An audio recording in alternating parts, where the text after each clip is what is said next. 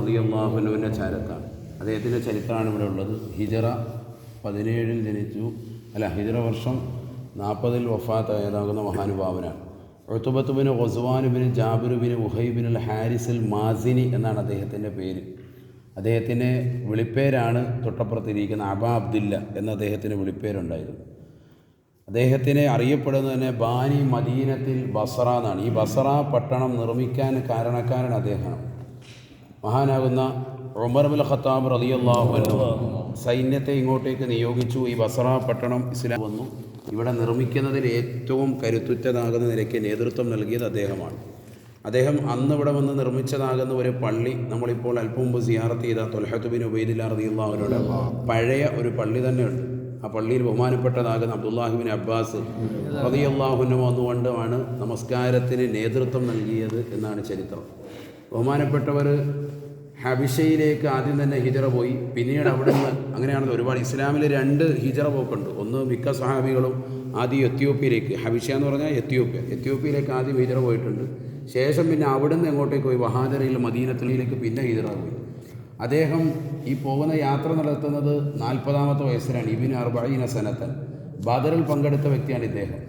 അതുപോലെ തന്നെ മിക്ക യുദ്ധങ്ങളിലും ഒരു മുഷാഹദ കുല്ലഹ മഅ റസൂലില്ലാഹി സ്വല്ലല്ലാഹു അലൈഹി വസല്ലം നബിതങ്ങളോടൊപ്പം പല യുദ്ധങ്ങളിലും പങ്കെടുക്കാൻ അവസരം കിട്ടിയ വ്യക്തിയാണ്. എന്ന് പറഞ്ഞാൽ ബദറിൽ പങ്കെടുത്ത വ്യക്തി എന്ന് പറയുമ്പോൾ തന്നെ സൃഷ്ടികളിൽ ഏറ്റവും അത്യുത്തമരായ വ്യക്തികൾ പ്രവാചകന്മാർ കഴിഞ്ഞാൽ പിന്നെ ഏറ്റവും ബഹുമാനപ്പെട്ട അബൂബക്കർ സിദ്ദീഖ് റളിയല്ലാഹു അൻഹു. പ്രവാചകരുടെ അയിമ്മത്തുകളിൽ നിന്ന് ഏറ്റവും ശ്രേഷ്ഠരായ വ്യക്തികളാണ് ആര്? അസ്ഹാബുൽ ബദരീങ്ങൾ എന്ന് പറഞ്ഞാൽ ബദരീങ്ങൾക്ക് ഏറ്റവും വലിയ മഹത്താണ്. ഒരിക്കൽ ജിബ്രീൽ അലൈഹിസ്സലാം അതുകൊണ്ട് നബി സല്ലല്ലാഹു അലൈഹി വസല്ലം തങ്ങളോട് ചോദിക്കുന്നുണ്ട്, മാ തഅദ്ദൂന അഹ്ല ബദരിൻ ഫീക്കും, നിങ്ങളുടെ കൂട്ടത്തിലുള്ളതാകുന്ന ബദരീങ്ങളെ നിങ്ങൾ ഏത് നിലയ്ക്കാണ് എണ്ണിക്കണക്കാക്കുന്നത്? അപ്പോൾ ജിബ്രീൽ അലൈഹിസ്സലാമിന് മറുപടിയായി നബി സല്ലല്ലാഹു അലൈഹി വസല്ലം തങ്ങൾ പറയുന്നു, മിൻ അഫ്ളലിൽ മുസ്ലിമീൻ, മുസ്ലിമീങ്ങളിൽ ഏറ്റവും ശ്രേഷ്ഠരായിട്ടാണ് ഞങ്ങൾ ബദരീങ്ങളെ കാണുന്നത് എന്ന് പറഞ്ഞപ്പോൾ ബഹുമാനപ്പെട്ട ജിബ്രീൽ അലൈഹിസ്സലാം നബി സല്ലല്ലാഹു അലൈഹി വസല്ലം തങ്ങളോട് മറുപടി നൽകിയത് ഫകദാലിക മിമ്മൻ ഷഹിദ ബദറ, ബദറിൽ പങ്കെടുത്തതാകുന്ന അസ്ഹാബുൽ ബദരീങ്ങളിൽപ്പെട്ടതാകുന്ന ആളുകൾക്ക് സഹായികളായി അന്ന് ബദറിൽ പങ്കുകളെ ഞങ്ങളുടെ കൂട്ടത്തിൽ ഏറ്റവും ഉന്നതമാകുന്ന കാറ്റഗറിയിൽ ഉൾപ്പെട്ടിക്കൊണ്ടാണ് ആക്കുന്നത് എന്ന് ബഹുമാനപ്പെട്ട ജിബ്രീൽ അലൈഹിസ്സലാം നബി സല്ലല്ലാഹു അലൈഹി വസല്ലം തങ്ങളോട് പറഞ്ഞത് ഹദീസിൽ തന്നെ സുവ്യക്തമാണ്. അപ്പം മുസ്ലിമീങ്ങളിൽ ഏറ്റവും ശ്രേഷ്ഠനായ വ്യക്തികളാണ് ആര്? അസ്ഹാബുൽ ബദരീങ്ങൾ. ആ ബദറിൽ പങ്കെടുത്ത വ്യക്തി എന്ന് പറയുമ്പോൾ അതിനപ്പുറത്തേക്ക് മറ്റൊന്നും വേണ്ട. നബി സല്ലല്ലാഹു അലൈഹി വസല്ലം തങ്ങളോടൊപ്പം പല യുദ്ധങ്ങളിൽ പങ്കെടുത്തിട്ടുണ്ട്.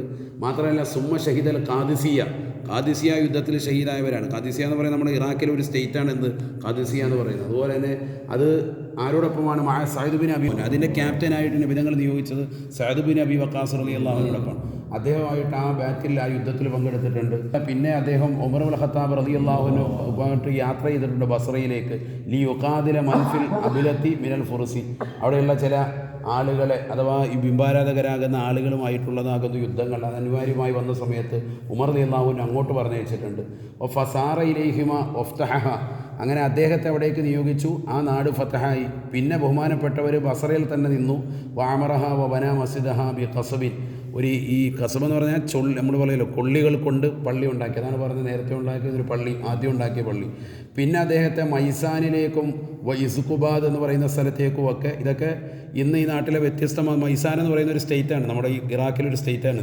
ആ നാട്ടിലേക്കുമൊക്കെ അദ്ദേഹത്തെ പ്രയാണത്തിന് വേണ്ടി അഥവാ പിടിച്ചെടുക്കാൻ വേണ്ടി ദീനി ദഅവത്തിന് വേണ്ടി അദ്ദേഹത്തെ പറഞ്ഞു വിട്ടു. അതെല്ലാം ഫഫ്തഹഹുമ, അത് രണ്ടും ബഹുമാനപ്പെട്ടവരുടെ കീഴിലായിട്ട് ഈ നാടൊക്കെ ഇസ്ലാമികമാകുന്ന സ്ഥിരാകേന്ദ്രമായി മാറി. അതിനുശേഷം ഖദിമൽ മദീനത്തലി അംരി ഖാതബ ബിഹി അമീറുൽ മുഅ്മിനീൻ, ഉമർ ബിൻ ഖത്താബ് റളിയല്ലാഹു അൻഹുവിൻ്റെ ഖിലാഫത്തിൻ്റെ കാലഘട്ടമാണ്. അപ്പോൾ അദ്ദേഹത്തിൻ്റെ നിർദ്ദേശപ്രകാരം തിരിച്ച് എങ്ങോട്ടേക്ക് തന്നെ മടങ്ങി വന്നു, മദീനയിലേക്ക് വന്നു.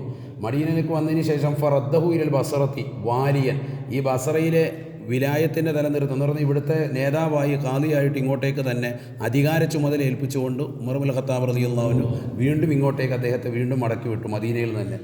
അങ്ങനെ വക്കാനത്ത് വിലായത്തുഹു അലിഹ 16, അങ്ങനെ ഈ നാട്ടിൽ അദ്ദേഹം 16 മാസക്കാലം പിന്നീട് 16 മാസക്കാലം പിന്നീട് അദ്ദേഹം ഇവിടെ നേതൃത്വമായിട്ട് നിന്നിരുന്നു. മാത്തഫിൽ ബസറത്ത്, ഇവിടെ ബസറയിൽ വെച്ച് അദ്ദേഹം മരിച്ചു. സനത്ത 17 ഹിജറ 17 അദ്ദേഹം വഫാത്താണെന്നാണ് ഏറ്റവും മുകളിൽ അടയാളപ്പെടുത്തപ്പെട്ടിരിക്കുന്നത്. അങ്ങനെ വഹു ഇബ്നു 57 സനത്തൻ, അദ്ദേഹത്തിന് അന്ന് വയസ്സ് 57 വയസ്സ് മാത്രമാണ് ഉണ്ടായിരുന്നത്. വക്കാന ത്വീലൻ ജമീലൻ, നല്ല നീളമുള്ള വ്യക്തി, നല്ല സുന്ദരനായ വ്യക്തി. മിന റുമാത്തിൽ മഅദൂദി ദീനൽ ലഹു, അദ്ദേഹത്തിന് ഈ എണ്ണപ്പെട്ടതാകുന്ന ആളുകളിൽ നല്ല അമ്പെയ്ത്ത് വശമുള്ള നല്ല യുദ്ധ നയതന്ത്രജ്ഞനായിരുന്നു ബഹുമാനപ്പെട്ടവർ.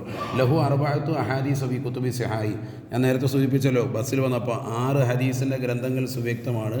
ആ 6 ഹദീസ് ഗ്രന്ഥങ്ങളിലായത് ബുഖാരി മുസ്ലിം തുടങ്ങിയിട്ടുള്ളതാകുന്ന ായിട്ട് നബി സല്ലല്ലാഹു അലൈഹി വസല്ലമ തങ്ങളിൽ നിന്ന് 4 ഹദീസ് അദ്ദേഹം റിപ്പോർട്ടും ചെയ്തിട്ടുണ്ട് എന്ന് ഇവിടെ എല്ലാം രേഖപ്പെടുത്തപ്പെട്ടാണ്. അള്ളാഹു അദ്ദേഹത്തിൻ്റെ ദറജ ഉയർത്തുന്നത്. ബദറിൽ പങ്കെടുത്ത വ്യക്തിയാണ്. അദ്ദേഹത്തിൻ്റെ ഹാദിമായിട്ട് നിലകൊള്ളുന്ന വ്യക്തിയുടെ ഖബറാണ് തൊട്ടടുത്ത് അപ്പുറത്ത് കാണുന്ന മക്കാമ്. അബ്ദുറഹ്മാൻ എന്നാണ് അദ്ദേഹത്തിൻ്റെ പേരുള്ളത്. ഇൻഷാ അല്ലാഹ് അത് നമ്മൾ സിയാറത്ത് ചെയ്യും. അള്ളാഹു അവരുടെയൊക്കെ പൊരുത്തം നമുക്ക് നൽകി അനുഗ്രഹിക്കണം.